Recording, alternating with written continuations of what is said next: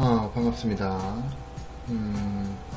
오늘은 28강 이동평균선 그 세 번째 시간을 가져보겠습니다. 일단 제목은 그랜빌의 법칙이라고 제가 달아놨습니다. 그랜빌의 법칙, 이제 그랜빌의 팔국면이라고 보통 불립니다. 매수 사국면, 매도 사국면 이라고 일단 정리가 보통 많이 되어 있습니다. 그랜빌의 법칙은 제가 이제 서론이 너무 길어질까봐 자세하게는 다루진 않을 건데, 이제 중요한 거를 일단 하나를 말씀드리고 갈 겁니다. 중요한 부분이니까 유의해서 들어주시면 좋겠습니다. 그러면 시작하도록 하겠습니다. 지난 시간에 단순하게 아주 이동평균선에 대해서 아주 단순하게 가격과 이평선과의 크로스를 매매 신호라고 제가 설명을 드렸습니다. 그러니까 이동평균선이 이렇게 있는데 가격이 이렇게 크로스가 된다. 그러면 여기는 매수 포인트다 라고, 이건 아주 그냥 아주 이론적인 그런 이제 설명이었죠. 이게 말 그대로 이제 원론적인 겁니다. 원론적인 거. 물론 이게 틀렸다는 말은 아니지만 여러 가지 상황들이 있어요. 예를 들면 모든 그 가격의 이동평균선 크로스가 매수 신호가 될 수는 없습니다. 사실 가짜 신호도 분명히 존재를 하는 거고, 그런 거를 우리가 분석으로 통해서 가려내야 되는 거죠. 근데 이제 일단은 원론적인 부분, 또 원리에 대해서 제가 설명을 드리기 위해서 그렇게 말씀드렸던 거고, 오늘부터는 그러니까 지난 시간에는 이제 이동평균선이 정말 말 그대로의 개요고, 오늘부터는 그 이동평균선에 관련된 여러 가지 어떤 연구나 아니면은 또 제 나름대로의 기법이나 아니면 제 나름대로의 해석 방법에 대해서 이제 좀 자세하게 들어가려고 합니다. 그런 차원에서 일단은 제가 소개를 해드릴 게 그랜빌의 법칙입니다. 일단은 제 개인적인 어떤 기법이나 어떤 해석 방법들이 있어요. 근데 그거는 경상남도 창원에 사는 허접한 융둥이의 어떤 소해고, 실질적으로 전 세계적으로 통용이 되는 아주 유명한 이론을 먼저 소개를 해드리는 게 맞다라고 생각을 해서 그랜빌의 법칙에 대해서 제가 소개를 하려고 합니다. 아주 기술적으로 접근한 내용입니다. 이 부분은. 그랜빌의 법칙은 총 8가지가 있습니다.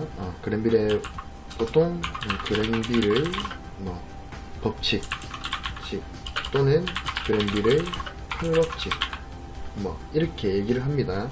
요 안에는 매수 사국면과 매도 사국면이 있습니다. 그 매수 사국면, 매도 사국면을 합해서 8가지의 법칙이다.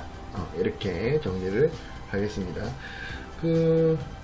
말 그대로 매수 사국면은 매수를 해야 되는 4가지의 경우, 그리고 매도 사국면은 매도를 해야 되는, 그러니까 매수 사국면은 매수를 해야 되는 4가지의 경우고, 매도 사국면은 당연히 매도를 해야 되는 4가지의 경우겠죠.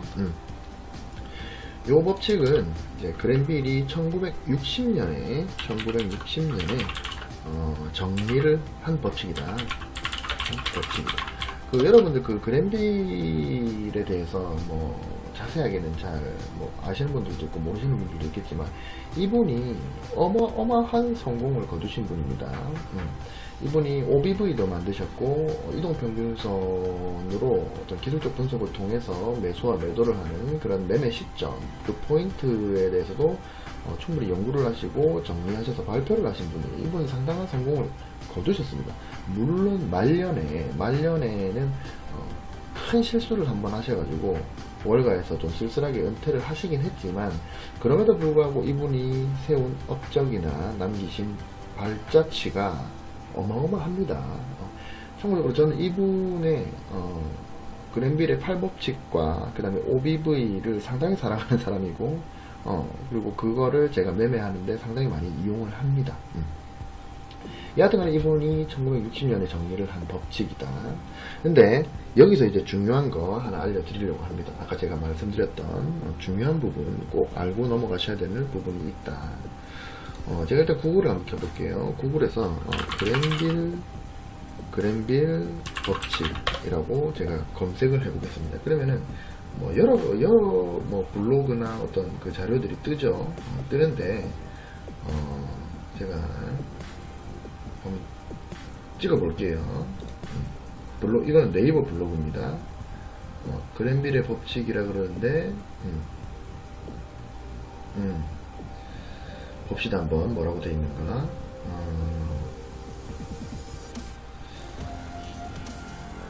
차트 분석을 보시다 보면 가장 많이 접하는 단어가 이동 경고선이다.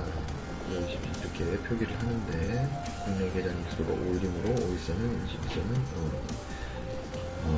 그랜빌의 팔법칙. 그랜빌의 법칙에서는 단기 이평선이 중장기 이평선은 상향 돌파 시 매수 시점이고 이것을 골든 코스라고 합니다. 이건 틀린 말입니다. 단기 이평이 아니고 가격입니다. 가격.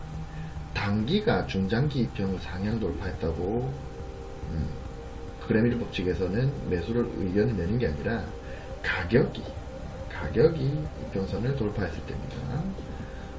이건 좀 잘못된 설명입니다. 이게 좀 잘 안 보이네요. 이건 보면.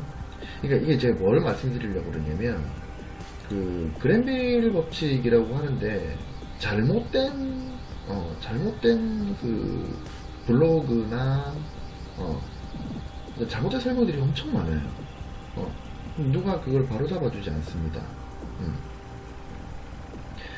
이거 다 잘못된 겁니다. 지금 이거 보시면 그랜빌 법칙이라고 설명을 하면서 뭐 단기 관점에서 5일과 21선, 중기 관점에서 60일선, 120선, 150선, 200일선 등을 중시하여 매수 신호 4가지와 매도 신호 4가지 유형을 제시해야 되는데 이 틀린 말입니다. 이거 틀린 말입니다. 그러니까 이렇게 잘못된 블로그들이 거의 대다수예요.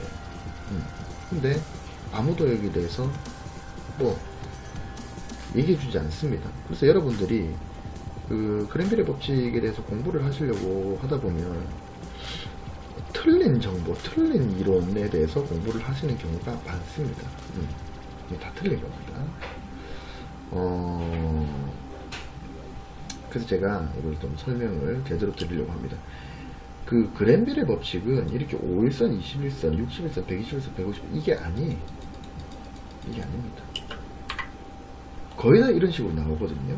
뭐 그랜빌 법칙을 21선에서 쓴다. 뭐 그랜빌 법칙을 뭐 60일선에서 쓴다. 뭐 이런 식으로 설명을 하는데 이거 보시죠. 20일 이동평균선. 그랜빌의 법칙을 그랜빌 매매 8법칙이라고 적어놓고 20일 이동평균선 이렇게 적어놨거든요. 이건 잘못된 겁니다. 여러분들 그 인터넷에서 공부하시면 제대로 된 그 그랜빌 법칙을 배우실 수 없다. 제가 정확하게 알려드리겠습니다. 인터넷에 나온 거 거의 대부분 틀린 겁니다. 그래서 저는 왜 이걸 확신하냐? 저는 그랜빌의 법칙 책을 읽어서 그래요. 그러니까 저런 분들은 그러니까 보통 인터넷에 글을 올리시는 분들을 제가 뭐 다 폄훼하는 건 아닌데요. 이분들이 그랜빌 법칙이면 그랜빌 법칙에 대해서 책을 한번 읽어보고 그리고 글을 써야 되는데 그게 아니죠. 어떤 뭐 A라는 사람이 그랜빌의 법칙을 보고 글을 썼어요. 그럼 이분은 상당히 괜찮은 글을 쓰겠죠. 근데 B라는 사람은 이 그랜빌의 책을 보고 글을 쓰는 게 아니라 이 사람의 글을 보고 쓰는데 약간의 똑같이 쓰면 똑같이 쓰지 않고 약간의 자기 생각을 넣어서 쓰는 겁니다. 그리고 C는 또 이 사람 걸 뺏깁니다. 또 D는 이 사람 걸 뺏겨요. 그런 식으로 자기 블로그에만 올리기 시작합니다. 그러다 보니까 이 내용이 점점 왜곡이 발생을 해서 나중에 Z까지 가면 제대로 된 이론이 아닌 경우가 많습니다. 여러분들이 거의 대부분의 뭐 그 보조지표라든지 아니면은 이런 파동 이론이라든지 아니면 이런 그랜비르 법칙이라든지 이동평균선이라든지 일목균형표가 다 그래요. 거의 다 그렇습니다. 그럼 저는 어떻게 공부하냐? 저는 원본을 읽습니다. 물론 이제 번역이 된 제가 뭐 영어를 그렇게 잘하는 사람은 아니기 때문에 번역이 된 거를 읽지만 그래도 원 저자가 예를 들어 그랜비르 법칙이면 그랜비르 책을 한번 읽어봐야 되지 않겠습니까? 그죠? 볼린저 밴드면 존 볼린저의 책을 한번 읽어봐야 되는 거예요. 그리고 일목균형표 있죠. 일목균형표. 일목균형표를 여러분들 뭐로 공부했는지 모르겠어요. 저는 원저로 공부했습니다. 원저로.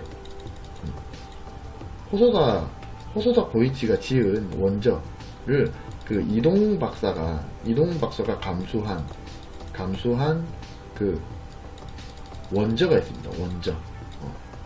5권, 아니 4권짜리인가 이게? 제 뒤에 책이 있는데 4권짜리네요. 4권짜리인데 그러니까 원래는 7권까지 있는데 국내는 4권만 이제 그 번역이 되어 있거든요. 일목균형표도. 그래서 저는 이제 원본을 읽고 공부를 합니다. 그러다 보니까 이제 왜곡이 발생을 안 하죠. 여하튼 그렇다. 그래서 인터넷에서 배우는 거 위험하다. 저한테 배우셔라. 아시겠죠? 자, 중요한 거는 21선, 61선 이런 거 아닙니다. 이런 걸로 사용하는 법칙 자체가 아니에요. 이거는 일단은 그랜빌은 201선을 사용했습니다. 201선을 사용한 선을 사용했고 21선 아닙니다. 201선을 사용했습니다. 즉 장기 이동평균선을 사용한 겁니다. 그러니까 201선과 가격의 관계입니다. 그래서 분석했습니다. 그러니까 뭐 단기 이평과 장기 이평의 크로스 이런 개념이 아니에요. 201선과 가격의 관계입니다. 201선과 가격의 관계. 그랜빌이 201선을 사용한 이유는 그 당시에 미국 시장에 1960년대에 그 미국 주식 시장의 파동 사이클 있죠. 파동 사이클이 200일 이동평균선과 가장 유사하게 움직인다고 그랜빌이 생각했기 때문에. 그러니까 무슨 말이냐면 미국 시장의 파동이 이렇게 예를 들어서 엘리엇식으로 하면 1, 2, 3, 4, 5파까지 올라간 다음에 1, 2, 3, 4, 5파까지 올라간 다음에 그 다음에 A, B, C 그죠? 그 다음에 또 1, 2, 3, 4, 5 한 다음에 A, B, C 이런 식으로 간다고 쳐요. 파동 큰 사이클이. 그럼 사이클이 이렇게 가지. 큰 사이클이 이렇게 가죠. 이렇게 가는데 그 당시에 미국 시장의 큰 사이클과 200일 이동평균선이 비슷한 사이클로 가더라. 그래서 매매를 200일선으로 한 겁니다. 21선 이런 게 아니죠. 60일선 이런 게 아닙니다. 그러니까 그 당시에 시장의 사이클과 장기 이동평균, 그거와 맞는 장기 이동평균선을 찾아서 그렇게 그 가격과 이동평균선의 관계를 분석을 한 겁니다. 그러니까 예를 들어서 우리나라 시장이라면 그 우리나라 시장에 맞는 그런 사이클, 예를 들어서 코스피가 이렇게 간다, 이렇게 간다 치면 그럼 지금 파동이 이런 식으로 가잖아요. 근데 여기서 21선은 어떻게 간다? 이렇게 간단 말이에요. 21선은 이게 아니죠. 이 지금 큰 사이클에는 한 번에 큰 상승과 한 번에 큰 하락과 다시 큰 상승이 있단 말이죠. 그러면 이건 21선을 쓰는 게 아니라 이거에 맞는, 그게 241선이 됐든 121선이 됐든 그거에 맞는 이동평균선으로 사용을 하는 게 바로 그랜빌의 팔법칙이다. 이렇게 제가 제대로 말씀을 드립니다. 그러니까 인터넷 보시면 잘못된 그랜빌의 법칙을 배웁니다. 이게 아주 중요해요. 왜 중요하냐면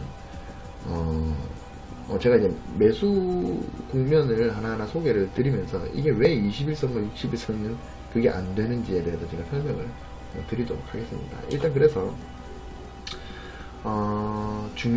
제가 이 그랜빌에 대해서 자세하게 설명을 하면은 시간이 한도 끝도 없이 길어지기 때문에 일단은 대략적으로 요 정도만 그 소개를 하고 바로 여러분들이 궁금하신 매수 그리고 매도에 대해서 하나하나씩 설명을 드리도록 하겠습니다.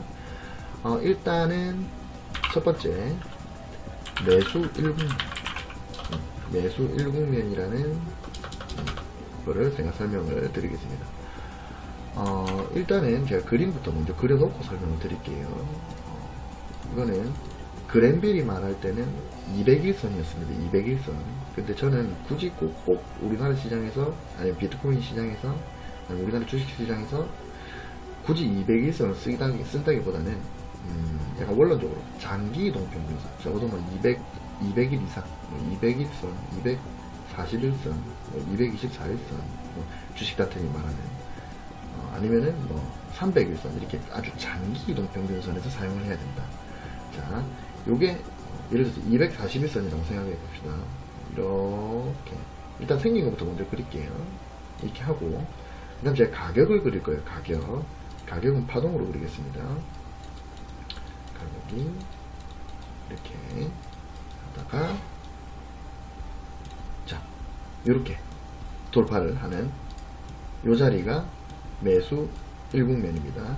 자, 이 검은색은 장기 이평, 뭐 201선입니다. 그 다음에 이 빨간색, 요 빨간색은 가격입니다. 가격. 캔들 가격. 자, 생긴 거는 요렇게 생긴 겁니다. 제가 이거를 말로써 한번 풀어서 설명을 해 볼게요. 이동평균선이 중요합니다. 어느 정도 하락을 한 후에, 이게 첫 번째 전제 조건입니다. 일단 이동평균선이 하락을 해야 됩니다. 전제 조건이 어느 정도 하락을 한 후에, 그 다음에 보합 상태 또는 약간의 상승 기조로 전환했을 때입니다. 그러니까 어느 정도 이평이 하락을 했고, 그 다음에 보합 상태, 아니면 어느 정도 상승을 하는 상태. 그러니까 지금 요렇게 내려오는데 장기 이평이, 근데 가격이 여기서 이렇게 돌파했다고 칩시다. 이게 1국면이 아니라는 거예요. 그죠? 이게 1국면이 아니라 1국면은 장기 이평이 하락을 하다가 어느 정도 보합 상태거나 약간의 상승을 했을 때 가격이 요 시점에서 돌파하는 겁니다. 이거는 분명히 다르죠. 이 시점은 아직도 장기 이평이 하락을 하고 있는 도중이고, 이 시점은 장기 이평이 수평을 거쳐서 약간 상승을 하려고 하는 그런 자리죠. 그래서 요거는 틀리고 요게 맞다. 이렇게 설명을 드립니다. 그래서 다시 정리합니다.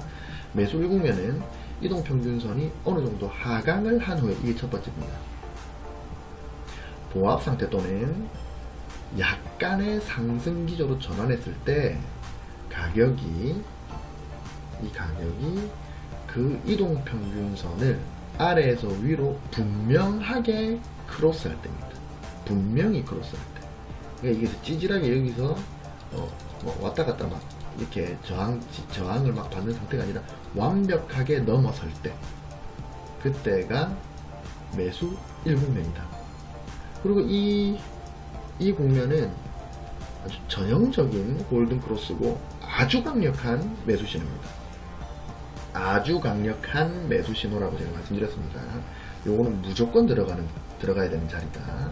자, 이 그림, 요거 기억하세요. 자, 제가 다시 설명드립니다. 이동평균선이 일단 하락이 선행돼야 됩니다. 1차적으로 먼저 하락을 한 후에, 이런 식으로 하락을 한 후에 보합 상태나 약간의 상승 기조로 돌아서는데, 그 이동평균선은 장기 이동평균선입니다. 그랜빌은 200일선이라고 했어요. 그 이동평균선을 가격이 그 시점에 분명하게 넘어설 때, 이때가 매수 1국면입니다. 제가 차트를 한번 봅시다.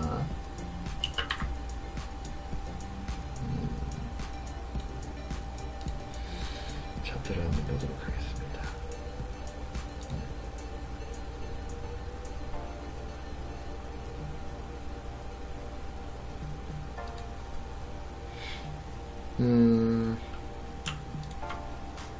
봅시다. 네, 보시면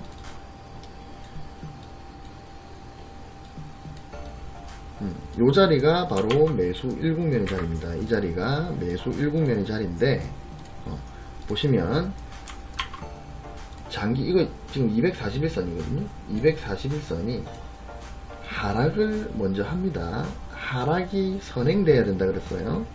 하락을 하다가 수평, 그죠? 하락을 하다가 보합 상태 또는 보합 상태에서 약간의 상승입니다.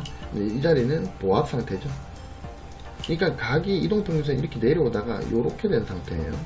이 상태에서 가격이 보시면 가격이 하락을 하다가 여기서 완벽하게 넘어서요. 이 시점입니다. 이 시점이 바로 매수 1국면이다 라고 설명을 했습니다. 그죠? 이거는 비트코인에서도 이런 현상이 나옵니다. 자, 비트코인 한번 보겠습니다. 자, 여기 보시면 이게 장기 이동 평균선이거든요. 이게 241선입니다. 마찬가지로 241선이 하락을 했어요. 하락을 하다가 여기서부터 각도가 어떻게 됩니까? 제가 이거를 직선을 꺼볼게요. 이게 각도가 이 각도였어요. 이 각도인데 여기서부터 각도가 점점 들어가죠. 각이 변하다가 여기서부터 수평이 됩니다. 그죠? 다시 꺼볼까요? 이 지금 각도가 이랬어요. 여기서 한 각이 더 들어가죠. 이렇게 각이 들어가고 여기서도 각이 들어가고 그 다음에 장기 이동평 241선이 수평이 됐습니다. 그죠? 여기서부터는 상승을 하죠. 그러니까 장기 이동평균선이 이런 식으로 내려와서 여기서 꺾여 들어가서 보합 상태, 그죠? 그리고 여기서부터 약간의 상승 기조입니다. 그죠? 그때 이 자리가 매수 1국면이라는 겁니다. 가격이 이 수평 보합 상태에서 가격이 보시면 하락을 하다가 여기서부터 요 자리는 아니에요. 요 자리는 아직도 하락을 하고 있죠. 이렇게 하락을 하고 있으면 여기는 매수 1국면이 아닙니다. 이렇게 돌아 나가는, 적어도 보합이나 약간의 상승기죠. 여기서 돌파를 완벽하게 넘어서 지금 이 부분부터 완벽하게 넘어섰죠. 그러면 이 자리가 매수 1국면이다 라고 얘기를 한 겁니다. 아시겠죠? 근데 이게 장기이동 평균선, 무조건 장기이동 평균선이어야 됩니다. 만약에 이게 21선이라면 21선이면 잘 보세요. 만약에 똑같이 매수 1국면이라면 여기 봅시다. 자,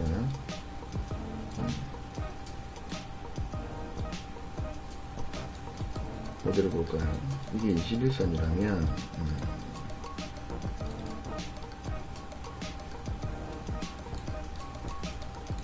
하락하면서 봐야 되는데 여기죠.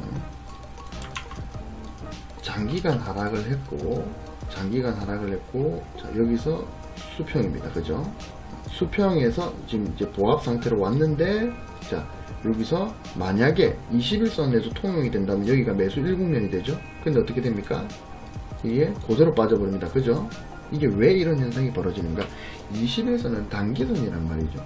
단기선의 이동평균선의 힘은 단순히 20일 동안에만 계산을 한 거기 때문에 얼마든지 꺾일 수가 있다는 거예요.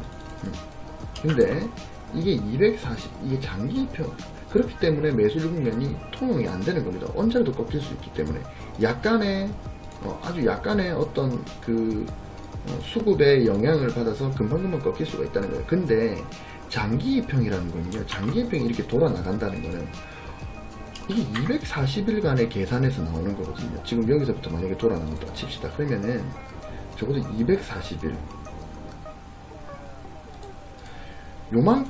이만큼의 기간을 통해서 만들어지는 거예요.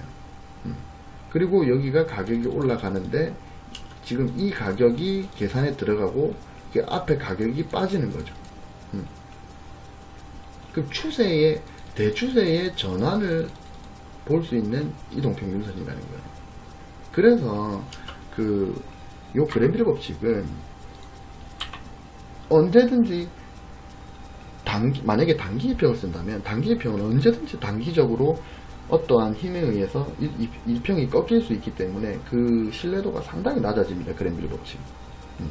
그래서 그랜빌 법칙을 21선, 61선 이런 데 사용한다는 것은 그렇게 그러니까 원리를 안다는 그런 생각을 할 수가 없어요. 그래서 무조건 장기일평으로 사용하는 법칙이다. 그래서 이 자리가 매수 1국면이 됩니다. 얼마 전에 지금 이 자리 있죠? 이 자리는 제가 각을 한번 꺼볼게요. 자, 이제 하락을 했어요. 이렇게 하락을 하다가 각이 들어갑니다. 그죠? 요 상태, 그리고 여기부터 요 자리가 수평입니다. 그죠? 근데 뭐 여기는 뭐 약간 하락 기조에서 돌파가 됐지만 지금 이 자리에서 보합 상태에 진입을 하고 여기서 꺾여 나갔기 때문에 이 자리는 매수 1국면이다 라고 볼 수가 있습니다. 그죠? 아까 매수 1국면은 일단은 하락이 있어야 되고, 그 다음에 보합이나 약간의 상승기죠. 여기서 지금 상승을 하거든요. 여기서 보합, 약간의 상승기죠. 이 부분에서 확실하게 가격이 넘어섰을 때 이 포인트가 바로 매수 1국면이라는 거예요. 이 포인트가 매수 1국면이다. 아시겠죠? 이 매수 1국면은 진짜 잘 나오지 않아요. 진짜 잘 나오는 구간이 아닙니다. 그래서 강력한 매수 구간이라는 거예요. 이 자리. 예전에 제 방송을 보신 분들이 있으실지 모르겠는데, 그때 방송이 언제쯤 했냐면, 뭐, 한 이쯤에서 제가 방송을 했었어요. 아마 기억하시는 분들이 계실지도 몰라요. 근데 제가 그때 뭐라고 했냐면요. 장기 이동 평균선이 돌아 나갈 때, 그 가격이 돌파하면 나는 그때가 진입 타이밍이다 라고 얘기를 한 적이 있어요. 그 영상이 볼까요? 그렇게 얘기를 한 적이 있는가?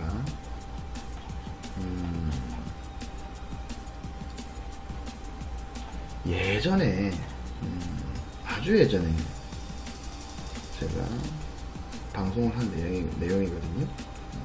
여기서 방송이 나오나? 제가 첫 방송인가? 첫 방송에서 아마 그렇게 얘기한 것 같아요. 아프리카 첫 방송. 여기서 제가 얘기를 한 것 같아요. 이거 한번 보시겠습니다. 영상을.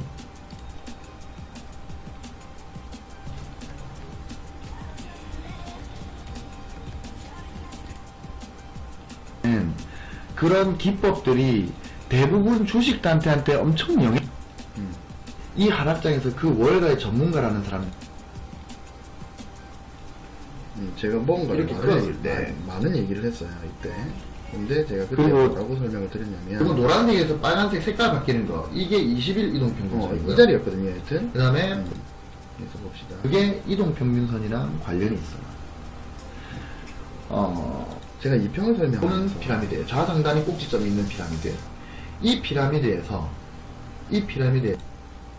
김종철 소장하고 그다음 메리맨 책 읽고 제가 그 네 개를 조합하니까 이게 나와서 그래서 알게 됐어요. 나오더라. 어떻게 해야 되냐면, 캔들이 여기서 바로, 두 번째는 제가 왜 2019년에서 20년 정도를 생각을 하냐면, 박스권이 이게 횡보를 할 거란 말이에요. 장기적으로. 기관이 이거 전에 딱 박스 쳐놓고 다 올라간다고 생각할 거니까. 이때 기관도, 세력도 뭐 다 여기서 아무도 안 팔아요. 여기서. 그러니까 물량이 없는 거예요. 물량이. 이때가 반감기라고. 반감기. 그래서 제가 반감기 얘기도 했네요. 크게 말하면 여기서 사는 게 아니라 요 박스권이 이게 횡보를 할 거란 말이에요. 장기적으로. 기관이 이거 딱 박스 쳐놓고 매집할 거예요. 그러면 요 저점에 사서 고점을 팔고, 저점에 사서 고점을 팔고, 저점에 사서 고점을 팔고, 이래가지고 계속 이거를 왔다 갔다 하면서 비트를, 수량을 늘려야 된단 말이야, 수량을. 이 양반들아. 근데 수량을 늘리려고 하는데, 뭐 차트를 볼 줄 알아야 늘리지. 박스권이 제일 어려워. 상승장은 사고 존버하면 돈 버는 거고, 하락장 무슨 짓을 해도 또, 그러니까 미스터 단타운 빼고는 다 잃는 장이고, 요거는 공부한 놈만 먹는 장이에요, 공부는. 근데 막상 여기서 탈라 그러면, 여기, 이걸 또 잡기도 힘들다? 요건 잡기도 힘들다?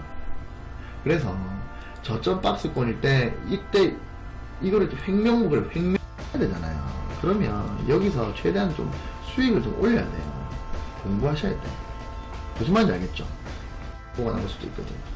그리고 더 있는데, 이동평균선은 법칙, 이 세력이, 물량, 이 뭐예요? 그 다음에 Y파도. 가격론이 뭐냐면, E 계산법, V 계산법, 그 다음에 MP 계산법 할 건데, 여러분,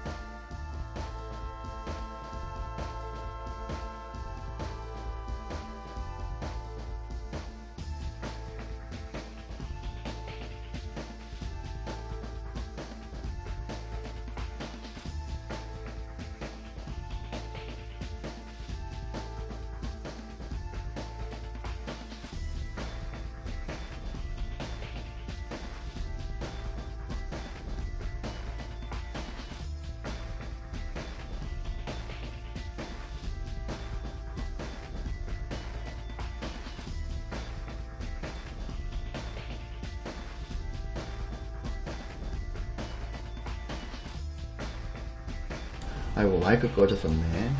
오늘 방송 사고가. 그러니까 그때 다시 설명드릴게요. 그때 제가 뭐라고 설명드렸냐면 박스권이 만들어질 거다. 그때가 이제 아까 보셨다시피 한 뭐 요쯤이었어요.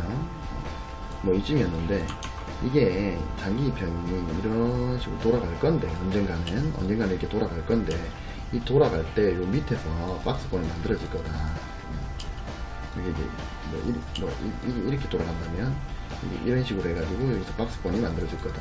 그리고 박스권에서 여러분들이 최대한 물량을 모으셔야 된다. 박스권에서. 그리고 이게 돌파가 되면 이 자리가 진입 타이밍이고 이 자리 좀 잡기가 힘들다. 그래서 여기서부터 최대한 물량을 모아 나가라. 그럼 이게 이탈될 수도 있다. 이탈되면 그냥 잘라버리면 되지. 그럼 크게 잃지 않으니까.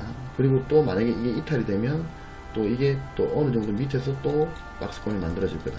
여하튼 간에 이게 진짜 상승장으로 올라가려면 박스권이 만들어지고 그 박스권을 돌파를 하는 모습에서 장기 입형을 통과를 할 때 그때가 진정한 진반등이다라고 제가 설명을 드린 적이 있어요. 이전 방송에서.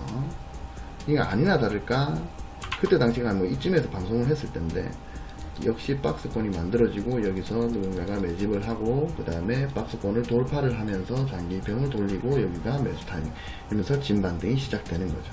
근데 이거는 제가 제가 무슨 분석을 엄청 잘해서 뭐 예지력이 있어서 그래서 제가 그렇게 뭐 예언 비슷하게 말을 했는데 그게 아니라요. 그러니까 제가 뭐 예지력이 있거나 뭐 미래를 보거나 이게 아니라요. 그게 원리라는 거예요. 그 모든 주식은 그렇게 가요. 상장 폐지가 되지 않는 이상. 비트코인이든 주식이든 마찬가지입니다. 그거를 아는 거죠. 그 원리니까요. 여튼 그래서 요 자리가 매수 1국면이다. 설명이 길어졌는데 요 자리가 매수 1국면이다. 강력한 매수 포인트입니다. 다른 차트를 한번 보겠습니다. 매수 1국면은 상당히 중요해서 오늘 봅시다. 관심 종목, 아까 한양이인지 보고 있었죠. 보시면 이 자리가 매수 1국면이라고 했죠. 이 자리부터 상당하게 상승을 많이 하는 모습이 보이죠. 물론 여기서 한번 꺾이긴 했지만 이건 한양 ENG고 뭐 다른 차트 한번 봅시다. 뭐가 있나. 이거는 삼양홀딩스인데 이게 이제 그 트레이딩뷰가 2004년 뭐 그때쯤부터 밖에 없어가지고 자료가 하여튼 보시면 이런 겁니다. 여기도 보이시죠? 장기 이평이 하락을 한 이후에 보합, 자 여기부터 보합입니다. 보합 그리고 상승 기조로 돌아서죠. 이 자리에서 분명하게 넘어선 이때, 이때가 매수 1국면이다. 어렵지 않죠? 그리고 이 자리 매수 1국면이다. 그죠? 하락을 한 이후에 보합, 그래서 매수 1국면이다. 그죠? 이런 겁니다. 이게 장기평으로 보면 또 다른 차트, 여기도 마찬가지로 하락을 한 이후에 요거는 좀 빨리 넘어갔네요. 요거는 뭐 매수 1국면이라고 보기엔 좀 그렇습니다. 100%다 그렇게 나오는 건 아니에요. 요 자리 하락을 한 이후에 상승 기조로 돌아설 때 확실하게 넘어서는 모습, 이게 매수 1국면이다. 그러고 나서 쭉 상승하는 모양새입니다. 아주 강력한 매수 신호인 겁니다. 자, 오늘 뭐 36분이 지났기 때문에 매수 1국면만 하고 넘어갈 건데, 마칠 건데요. 여러분들이 장기이동 평균선, 전 지금 241선을 켜놓고 여러분들한테 설명을 드렸어요. 설명을 드렸는데, 여러분들이 보시고, 여러분들 스스로가 이동평균선을 241선만 딱 넣어놓고, 241선만 넣어놓고 한번 보세요. 차트를 쭉 보시라고요. 그러면은 과연 그게 맞나? 이런 자리, 이거 네이버거든요. 네이버인데, 자, 장기 이평이 하락을 한 이후에 보합을 거쳐서 약간 상승 기조로 돌아서는 이 구간에서 완벽하게 넘어서는 이런 모양새가 보이면 매수 1국면이다. 몇 퍼센트 올랐습니까? 지금 보이는 것만 거의 50% 정도 되죠. 이 자리부터 여기서 만약에 이 언저리에서 아무데나 샀으면 거의 40% 가까이 가격이 상승하는 모습을 볼 수가 있었습니다. 자, 그렇다는 거는 네이버가 다시 지금 엄청나게 하락을 하고 있죠. 그러면 이게 보합에서 약간 상승으로 돌아설 때 만약에 이 친구가 돌파, 완벽한 돌파의 모습을 보인다면 매수 1국면이 온다. 그래서 네이버는 강력한 매수 찬스가 올 가능성이 있다. 이렇게 넘어섰을 때만 진입을 하는 겁니다. 아주 중요한 매수 국면입니다. 아시겠죠? 자, 그래서 정리합니다. 매수 1국면. 일단 생긴 거는 여러분들 아시겠죠? 장기 이평이 하락을 하고 그 다음에 보합 상태를 거쳐서 약간의 상승 기조. 그럼 보합 상태에서 넘어가도 되고 약간 상승 기조에서 넘어가도 됩니다. 이때 가격이 하락을 했다가 여기서 돌파를 하는데 완벽하게 분명하게 돌파가 돼야 됩니다. 그러면 이 자리가 매수 1국면입니다. 그림 이제 중요한 건 이게 장기 이평이라는 겁니다. 장기 이평. 21선, 61선 이런 걸 사용하면 안 돼요. 그거는 단기간의 수급이나 어떤 이벤트로 인해서 바로 꺾일 수가 있습니다. 하지만 장기 이평은 절대 가볍게 움직이지 않습니다. 어렵게 돌아간 만큼 만약에 이게 내려가려면 또 어렵게 내려가게 돼요. 그래서 무조건 장기 이평으로 사용하는 법칙이다. 네, 이거를 글로 정리할게요. 이동 평균선이 어느 정도 하강한 후, 그 다음에 보합 상태. 보합은 이평이 수평이라고 보면 돼요. 이평이 수평 상태. 수평에 근접한 상태. 수평에 근접한 상태입니다. 보합 상태. 또는 약간의 상승 기조로 전환했을 때, 이때 가격이 장기 이동 평균선을 아래에서 위로 분명하게 크로스할 경우입니다. 요거는 전형적인 골든 크로스고, 또한 요거는 아주 강력한 매수 신호이다.